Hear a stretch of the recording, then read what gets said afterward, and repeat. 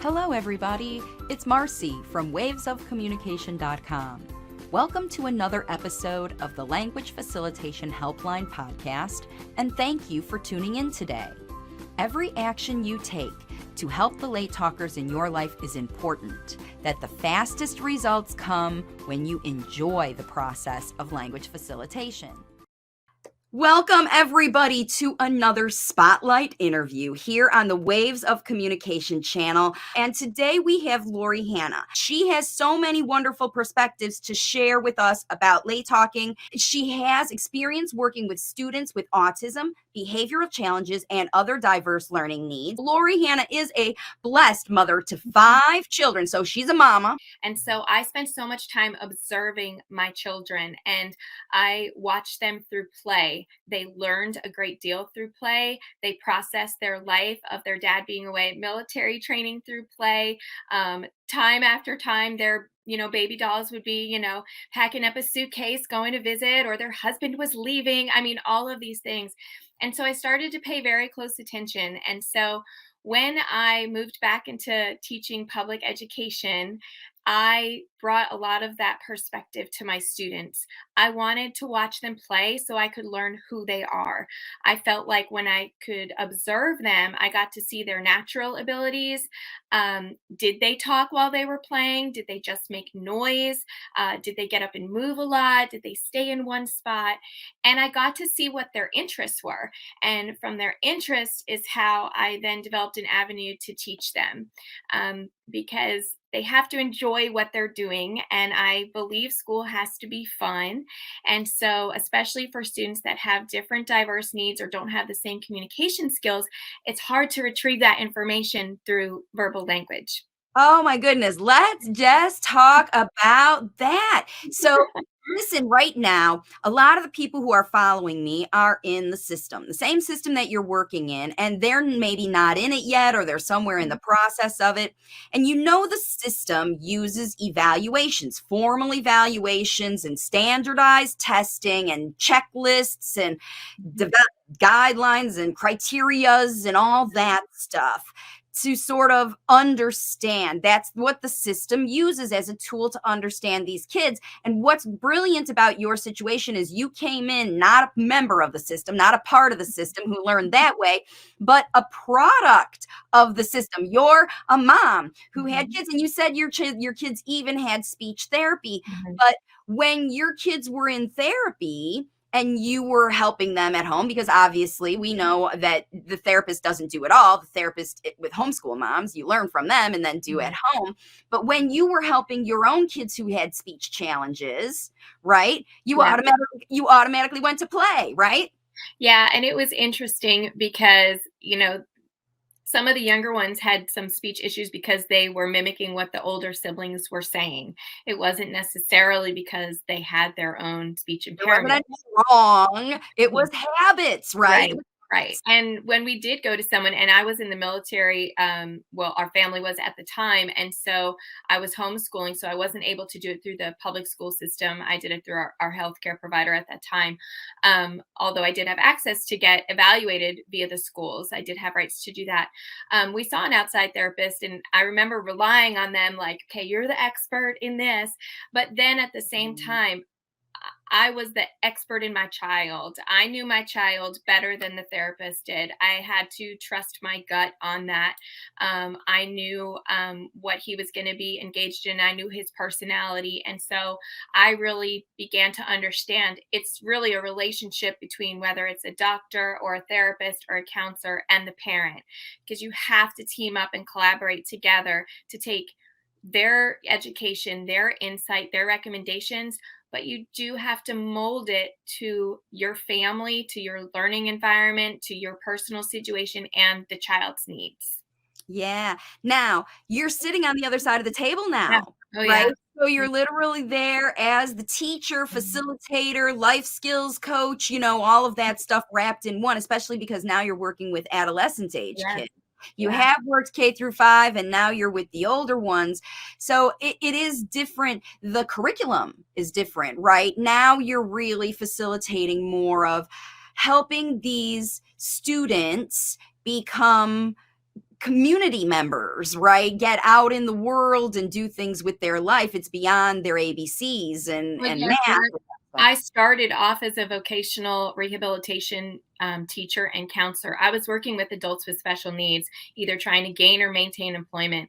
And what inspired me to go into special education teaching is I would be with adults who I thought were so ill prepared for the world of work. And I remember thinking, why hasn't anybody helped, this person with social skills, communication skills, hygiene, all of these different things when they were younger? And so that's really what motivated me to work with younger students. And so even from when I meet my kindergartners, of course, before COVID, when we could shake hands a little bit more, I used to shake that kindergartner's hand, say, shake my hand like you want a job.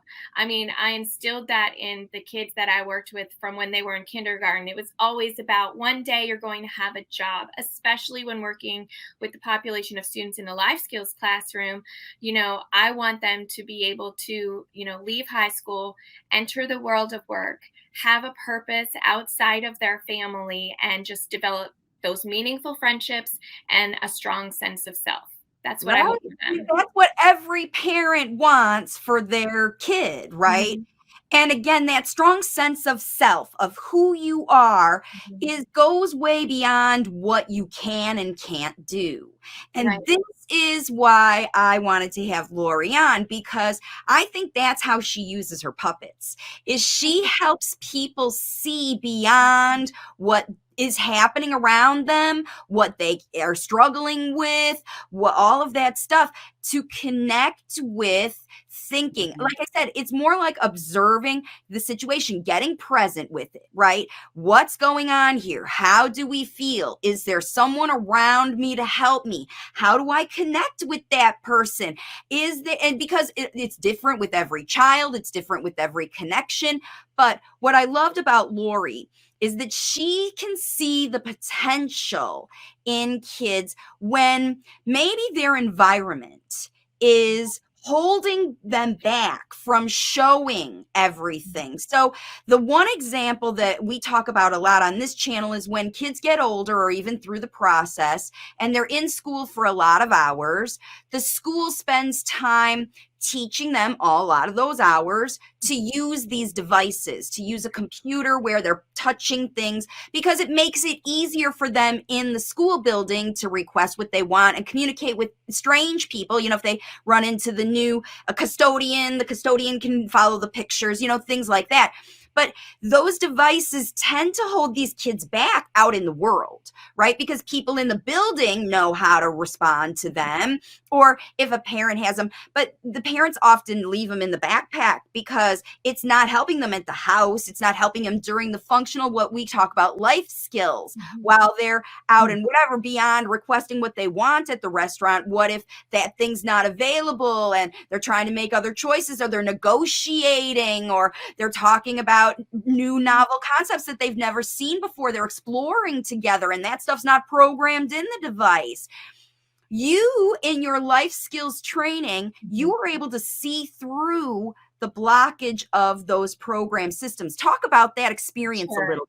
So I do think that technology is beneficial under certain circumstances with certain students. I have a student that uses an eye gaze technology system. It's wonderful. It is his only form of communication. Right. Getting him to use it appropriately is a challenge, and that's part of it. Has to be intentional, and I think that's kind of the word of of the day: intentionality. Just because a student has a device, you have to intentionally show them how to use it appropriately, or guide them through it. But there's other students that may have access to a device but who also have other skills and abilities that we have to intentionally help bring out of the child. And I was telling a story of, I do a little reading table with some of my students that are verbal, that are learning to read, even though they have some limitations, but really just following along in a book, one-to-one correspondence with words, which is what they do in the general education classrooms. They want to hold a book like everybody else, and the pictures are Even if wonderful reading, visual even learners. if they're not great at it. They're Right, experiencing successful right. reading. We're getting through a story. And of course, if they're missing it, you're sharing the details of the story because it's wonderful language facilitation. Now you've got a topic specific, you've got a book to talk about. You can dig in and discuss the characters Right. and the And story. the other big piece is, as we know, behavior is a form of communication. And so a child needs to be able to sit at that table, open the book properly, sit with their peers, keep their hands to themselves. So I'm a big promoter of helping the child develop appropriate behavior skills related to their age appropriate peers first, because I don't think you can really go on to the academics or even some of the communication development until their behavior is manageable. And so Yeah. at that table, just the fact that those students, some of them are sitting there appropriately, for me is a huge blessing, because maybe they weren't doing that before. But I did have just such a gift of a student who is nonverbal, who, you know, sat and pointed to each word. And he had made some noises at different times, but there was one day where he, I don't know, but he just made a lot of the sounds as if he were, and he read some of the words to where you could understand them. It was magical. It would be the only, word. And I sent, I told his mom, I shared it with his mom, and I said, this may not happen all the time, every day, but you really just need it to happen once to know that it's a possibility. And that's always my goal with kids related to behavior as well. If they can do it once, you have the hope that they can do it again. And you just have to figure out, how do you transfer it? Maybe a success at school. How do you transfer that within your home environment? So for me as an educator, that collaboration with parents is the piece of sharing the abilities and success, even if it's non academic, to just say there is hope that they can do this some days, sometimes. Yeah, and again, because if they can do it some days and sometimes, and the other component is you're connected with them and paying attention, so you're seeing what triggered that. Is it this particular kind of story? Like you said, it happened when we did the train story, and that was the extra motivation that pushed him over the edge to get him to try. Because what we talk about on our channel, and this is what you've learned firsthand, is that these kids aren't going to develop because we do things. They're Mhm. going to develop because they do things. They're going to develop because of their own experiences that they decide to try, that they decide to rise up out of their comfort zones and do. And they do it because you motivate them, you cheerlead them, you offer them opportunities, you give them those experiences. And then when you see those things, you highlight, wow, look what you did. I can't imagine you were like exploding with pride Oh, talking about his speech. Here's I this kid showed going, everybody. I was, yeah, I was just doing whatever. And see, because you saw that interest and spark, and you even took the extra effort to show everybody. I love Well, that. I think that's the piece too. I believe I'm one of those people that share things when life is good. Yeah, Everyone knows when life is not going well. They know when a tantrum is going on in your classroom or whatever. But as an educator, I work with kids that have really strong behavioral challenges. So the administrators, the school, they know those days. I like to come back and say, look at the success from today, to just say, this child does have the potential to have good days, and kind of bear with us, hang in there, please keep supporting us, because and the administrators and the other, teachers in the build, they love to see those success stories. And yeah. I've learned, I think I've had to be self-reflective myself as to why I do certain things the way I do in the classroom. My children are all within 6 years of each other. So we traveled as a herd. We went in a small group everywhere. I did not have a choice. And so, when we went to the grocery store, we may only be there for a short period of time because I could only fit so many things in my cart because I had so many children in my cart or on the sides. So we were there often. And people would ask me if I had a preschool. And I'm like, no, it's just my kids. But they started to know who we were. And so in the classroom, your greatest manpower as an educator to me are the other children. In a self-contained room, and I've worked in life skills and it's called structured learning environment, primarily with students with autism and behavioral challenges. I Mm. did have paraprofessional support, and that was wonderful, and you need it. But there were times where I did have to ask the adults, just go wait out in the hall. Just, I will call you if I need you. It's kind of like when there's two parents there, the kids play the parents for each other. Yeah, what a testament to the intelligence of these kids Mhm, and their ability to decide who I want to mhm, engage with. Because remember, if you're feeling crummy because I don't know, whatever, you got in a car accident, somebody mhm, rear-ended you, you're going to pick up the phone and call somebody. mhm, But you decide who that is. Like, you're not going to call your auntie who tells you, oh, where are you going too fast? It's mhm, probably your fault. Like, if you've got somebody like that in your life, you're not going to automatically go to them. You're going to go to the person who you trust mhm. will help you process your grief, fear, frustration, whatever it is. Because remember, all those meltdowns come from some sort of feeling, some sort Right. of reaction, some sort of situation.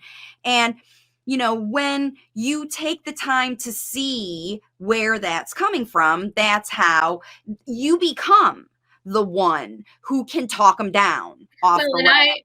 I've learned that many of the students I work with, regarding some of their pushing the boundaries, let's just say, I kind of feel like they are waiting for an adult to tell them no.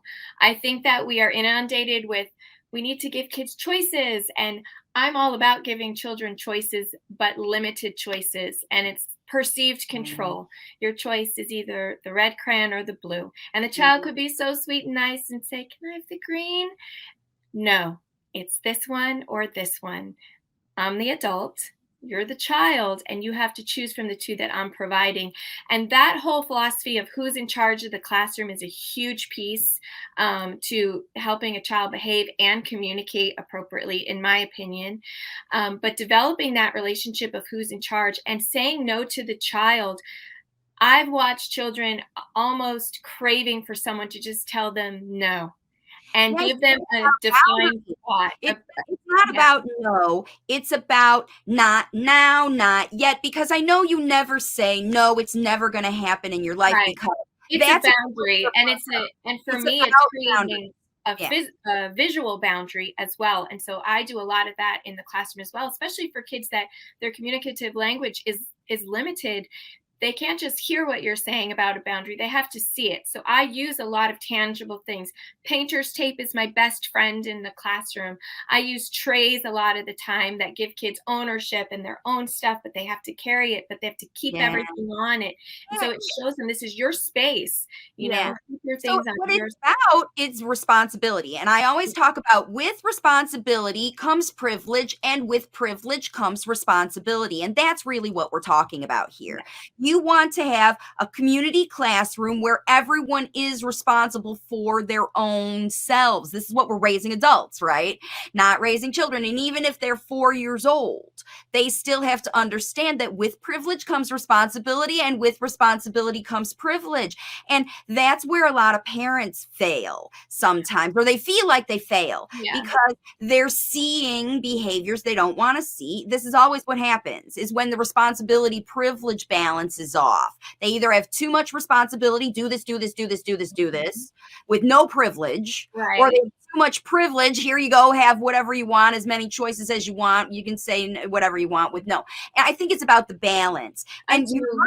those kids that are stuck in too many choices, they need in the form Limitation. of these are your options, and they also need the option of it's not appropriate right now. There is a time and a place for this. So it's not just no, it's not now, no, and why. And because you give these kids the credit of understanding Mhm. the situation and trusting you that you're not going to guide them wrong. You've got good ideas. You know that, yeah, okay, waiting is a bummer. Well, There's and I bummer. teach waiting. I think that learning to wait is extremely important for all children. And I just taught a class on this where I gave an example of a student that, was misbehaving and didn't want to start on time. And I said, that's fine. Let me know when you're ready. Raise your hand whenever you're ready. Yep. And when the student raised their hand, I said, okay, thank you so much. I'm so glad you're ready to join us. I'm going to set my timer now for 1 minute and you'll wait for me and I'll come back.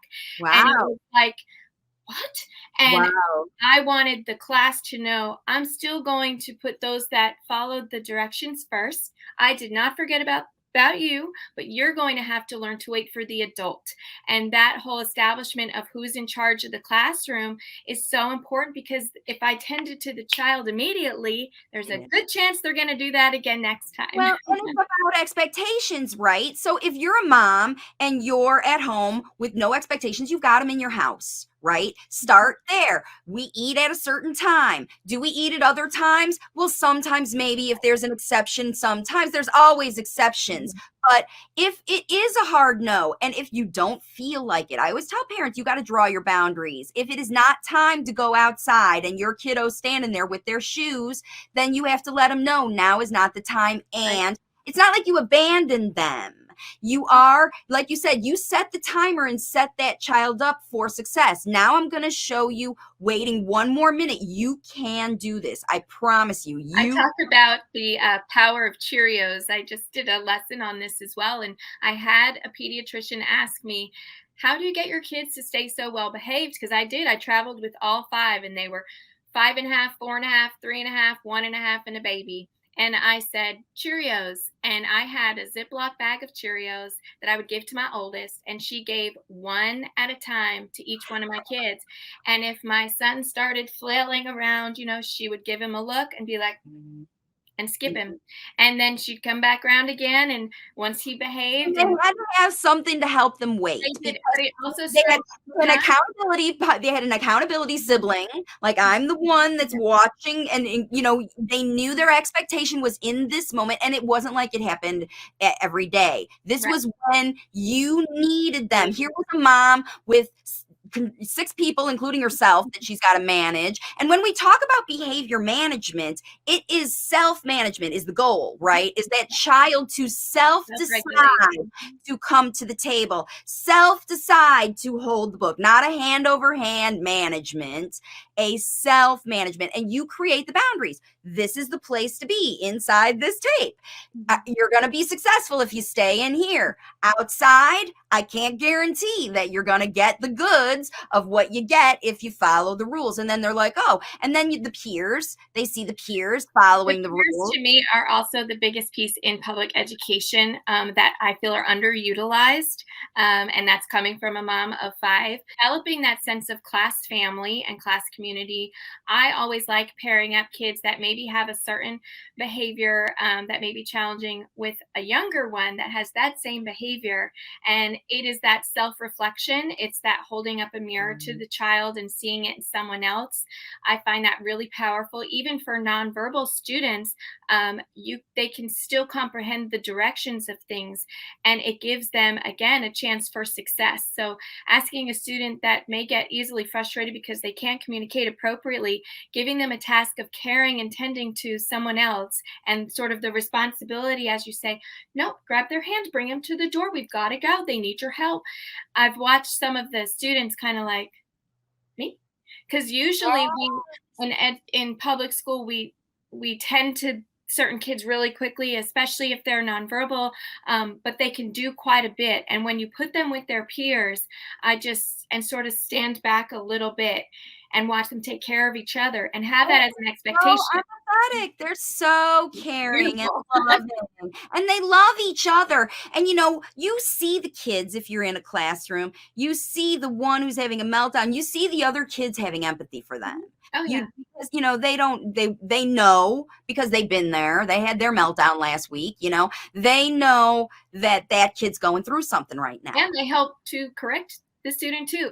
I've seen students respond better to a peer telling them to stop doing something than they have from any adult telling them to stop. Well, like you said, if it's a mirror, because that thing let's call it annoying. Let's say the child's making constant noises in the classroom.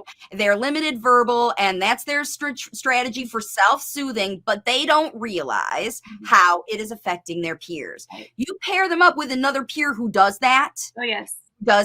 then that peer is going to be annoyed by that other peer, and then they're going to interact with them in a way, That's right? right. It And might that, not be yeah, appropriate. That's where you've got it, like, that's you a get big, together with those kids to see. Yeah. yes, and that's a big thing too. I have a student who, let's say, couldn't open the glue or something like that. To go to the student who does have those challenging and more aggressive behaviors, and peers do get frightened from some of those kids sometimes as well, because they can get aggressive. But to give them an opportunity to say, go to this child, they'll help you. It lets them see this child does get angry, does get mad, and may do some things that are unsafe, but they can also help you when you need them. And you have to intentionally create. He can flip a desk. That's He's definitely strong right. enough to open your That's glue. right. But that takes intentionality on the educator, takes intentionality on the parent. But this all goes to that self-reflection. I do use physical mirrors in the classroom as well. I've learned that some kids are very uncomfortable looking at themselves smiling, and that says a lot to me about the inner turmoil of a child. And Yeah. I've learned that I've had to teach children how to look at himself or herself and smile and really like who they see in the mirror. And on the same This is where the slide, YouTube channel, right? This is where the right, YouTube this channel is comes because in.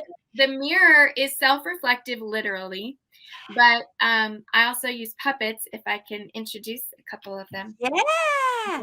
So Simon, I created the YouTube channel during COVID, I had a parent of one of my students ask me if I had a YouTube channel. She said, I'd love for her to see you over COVID. And I was like, I'm so not tech savvy. So I'll create a YouTube channel. This was Simon, and that's kind of who it started from. And he's the really shy kid, nervous, quiet in the background, who you really have to help find his voice. And so the whole show is based on Simon, and Simon has some friends. So Hero is the student or child who is in the phase of life of it's all about me, and needs a lot of help realizing that the world is full of a lot of children, that you have to share the attention of teachers and parents, that you have to share, and just helping the student or child realize that there are others that you have to engage with. But thing about Hero, always wants to help, wants to be the hero of a situation, and so it's our job to help intentionally create those things where you can have success. I um, love that. So these guys have archetypes, right? They're yeah, kind of archetypal puppets. they also, I mean, they're the inspiration are my former students and own kids combined. So, hi! This is Gloria. She's a bit of a blurter and always likes to, get in everyone's business, and really needs that intentional intervention to create personal boundaries, personal space. But she wants desperately to have a friend. And as we know as adults, sometimes we have to intervene and help children develop those friendships appropriately. Um, Who's RJ, RJ is one of my faves. His favorite word is no. Is no. He says no to everything. And if you say stand here, he'll stand over there, just doing the opposite, non-compliant of whatever it is that you're asking, and just needs a little extra TLC, but really responds well to peers. And then I do have Val. She is my nonverbal puppet, and she has helped me realize the power of nonverbal communication, and just Aw. the power of love. I mean, she loves everybody, even though she can't communicate the same way as many of her peers. And so I created this YouTube channel to create these little lessons, but I also bring the puppets into the classroom. And that has been really powerful. And going not only into special education classrooms, I go into the gen ed classrooms. Some of the teachers have been wonderful to me to let me in there and teach a lesson, because children cannot see their own behaviors. They can see it in the other peers. They're very good at policing the other kindergartners. But when they're paired up with the puppet and they've got to get a puppet to comply, and the puppet is saying, no, that is not a very easy situation for them to navigate through. So it's a wonderful way to have a student reflect on their own behaviors, but in a fun. Like you said, all these little archetypes are late talker archetypes. They're kid archetypes. Like you said, you don't have to have any kind of needs, That's right. abilities, There's whatever. probably a little bit of all of those puppets in all of us. They're humans. Like I said, these archetypes are literally, we all feel these things sometimes. And what's nice about the way that they were created, is is through these experiences where their purpose of being there, their beings, right? These Mhm. puppets are beings just like humans are beings. And they have reactions and responses and all of those kinds of things like people do. And using puppets, I've even done a video about using puppets as language facilitators because one of the things about them is you can control their responses, Mhm. where sometimes even in ourselves we can't control our responses, but there's an outside person that you're controlling. And if you're trying to, these are lessons learned, right? How we are trial and error. We talk about language facilitation is a trial and error process because for a while a child might be on one topic, they might love trains, Yeah. and then they're exposed to something new and they drop trains like a hot potato and now they're on to space, you Mhm. know. And it can happen that quickly, and unless you're really connected and intentional Mhm. about what you're presenting to these kids, that's when you're going to see their response come at you like, okay, this is for me, or no thank you, it's not for me. And then it's your job to pivot, right? If it's not for me, uh-oh, it's up to you as the facilitator to put on your creativity and pivot with them. And that's how you keep them on your team. I think that's it, creating that community, because we all have skills and abilities, different ones. And where one child lacks, like the shy, weak, one who just, I can't open anything. Mhm. And it's not necessarily because they're not strong, but just because they're not Not confident. confident.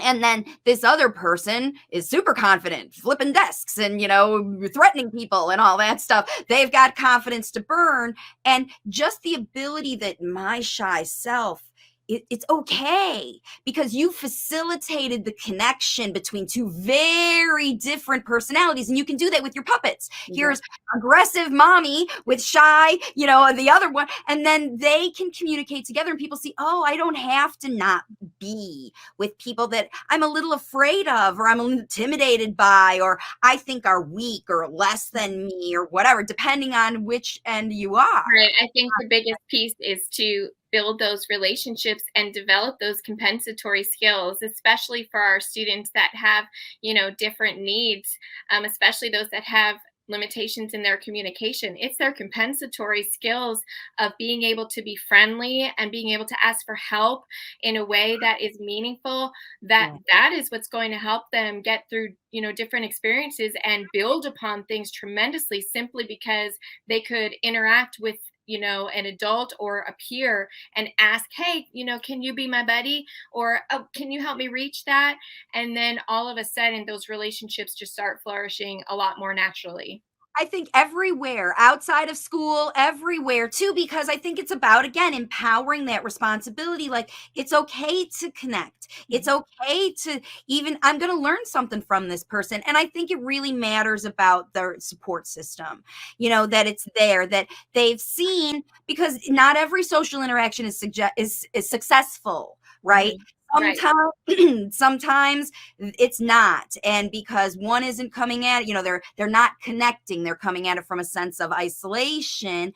And I think that's the other thing that happens a lot to kids who have limited verbal skills, is they don't see the, I can ask anybody for help. There's no one in my life that will help me. And a facilitator's responsibility is to show up and prove over and over again, by not judging, by guiding, by giving alternatives, and creating those win-win situations where everybody's happy, like the waiting situation you talked about, Mhm. and proving that over time, okay, I don't always get what I want. And Yes. sometimes there are bummer things. And yeah, I've got to wait, but if I connect, I know I trust these people. I love these people, and they're going to help me when I struggle.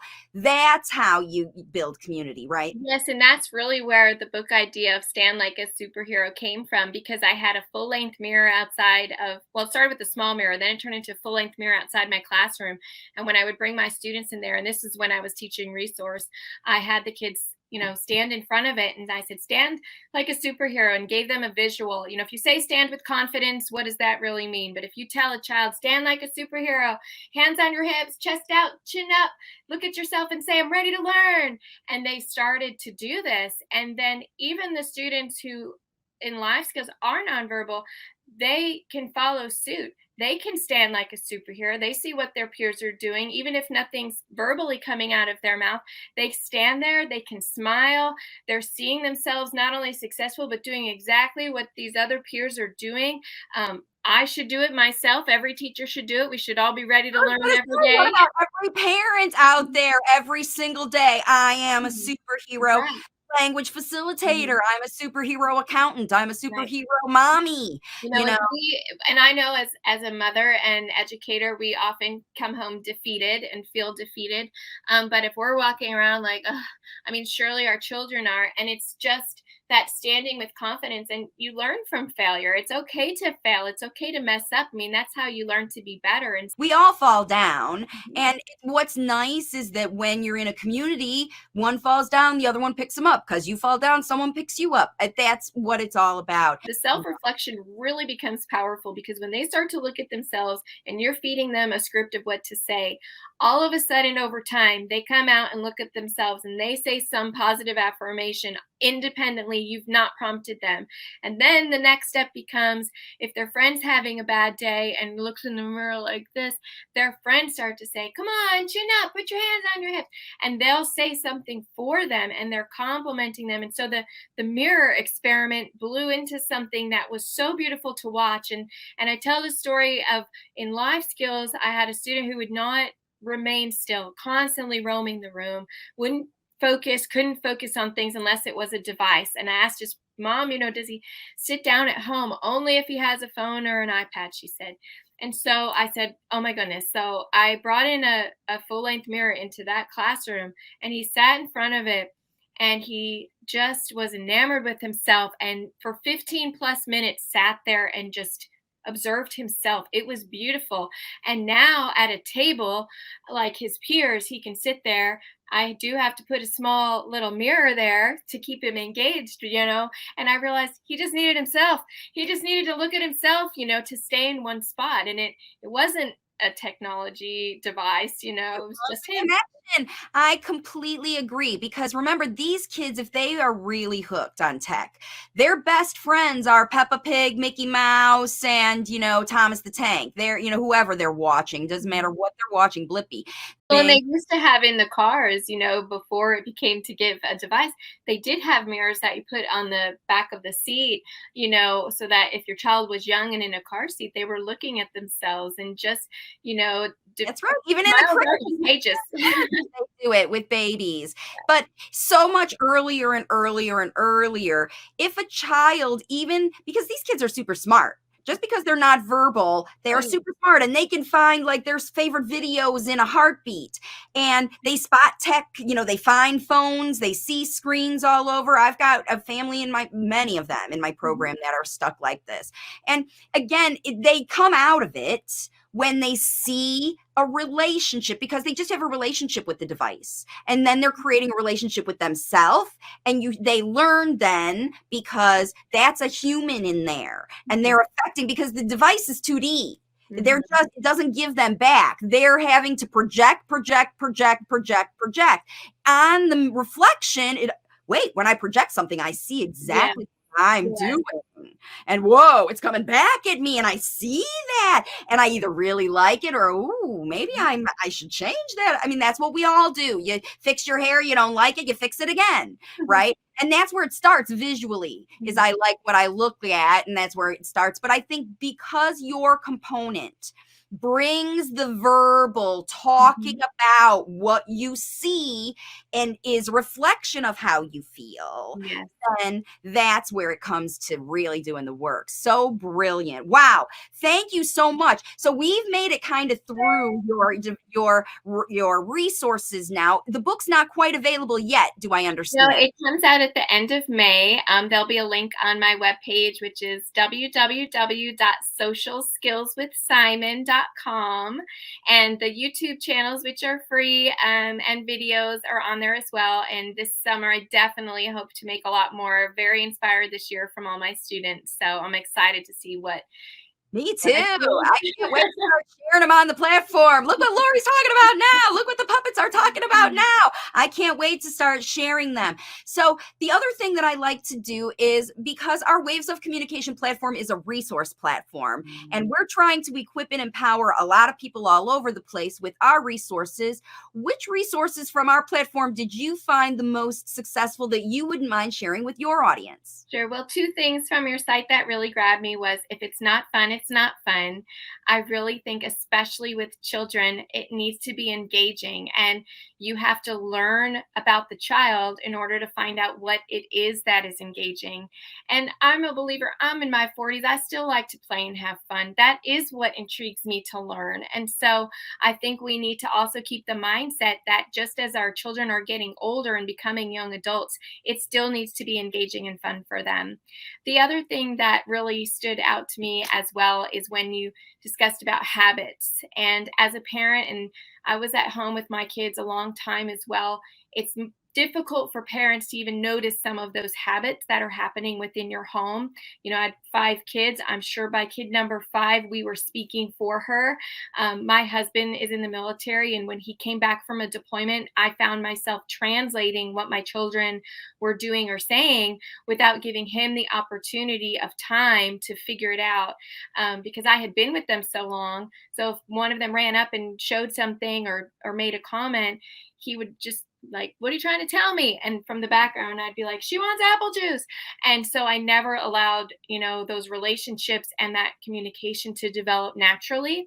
But again, it takes some self awareness and intentionality and the help of educators and therapists and counselors who might notice things in their classroom or setting, to be able to come back to the parent and say, "Here's what I noticed." And parents need to be willing to be open and hear that insight and feedback and be like, "Oh, yeah, I guess I do always translate for them when they're about to brush their teeth, instead of saying, 'It's time to brush my teeth.'" So those kinds of things. Yeah, that's great. Well, and thank you for highlighting those things. We talk about both of those things all the time, and we talked again that privilege and responsibility. With privilege comes responsibility, and the privilege of hearing your child talk comes with the responsibility of connecting with them. It Yeah. really, that's it. And the responsibility of equipping and empowering them and giving up. I know it seems like a tough thing to take on as a responsibility, but give up the control and let them learn. Use time and connection and, shift and change with them. That's how you're going to get improvement. And when you do, it happens a lot faster, doesn't it, Lori? Oh, definitely. And it becomes more natural and authentic, and you're not reaching and trying to figure out what to try to talk about as much. It just becomes Yeah, natural. I always talk about that. Once you're in the flow like this, we call it the language facilitation zone. That time when you're really connected with the child and you're on the same page, you're thinking about the same thing at the same time, Yeah. and you're providing lots of language about that thing without any expectations except for join me and learn. And while the child is joining you and learning, you can see the gears turn and almost the smoke going, like, wow, he's really getting this. And they always push you aside and say, let me show you, they'll do. So I Yes, love. and I think, sorry, it's around here, but I think exactly what you just said, for some students, using that third party puppet as that facilitator and a participant to engage in that, because they may be self-conscious and not confident to speak for themselves, but they will speak if they're the voice of a puppet. And that's why I think it's so powerful and so much fun to just try. Yes, so mirrors and puppets. Before the book comes out, go get yours, start practicing, playing at home, and then when the book comes out, you're gonna see all the examples of how it works all over the place, and you're gonna get it there, and in the meantime, go check out the YouTube channel. She's got COVID advice. She's got lots of new social skills stuff coming out, I'm sure more and more all the time. So thank you for Thank joining me, you so Lori. much. Really appreciate you having me. I know that both parents and educators will appreciate your perspective because everybody wants the same. We all want better outcomes with spoken language, and we want to equip and empower the kids to do it themselves. So, and we're just here to guide them and enjoy the ride, all the ups and downs of it. Okay. So, thanks again for joining me, Lori. Thank you. Thanks for tuning in today. With a whole range of Waves of Communication resources, from free content to customized coaching, you now have access to everything you need to elevate spoken language to infinite success. You are welcome to get your journey started with my 11-week language facilitation journey to speech workbook. This tool is helping parents worldwide create nonstop language facilitation opportunities that elevate spoken language beyond even their own expectations. You can access this workbook and all of the language facilitation resources on my website, wavesofcommunication.com.